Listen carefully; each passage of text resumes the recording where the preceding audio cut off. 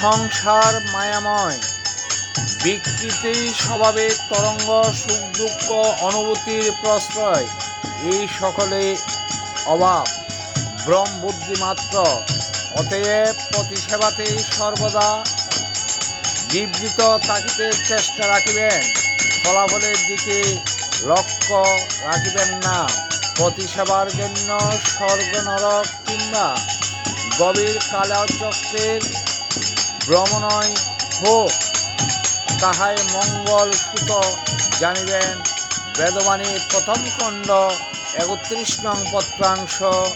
Joy Ram, Joy Govinda, Joy Satyanarayan.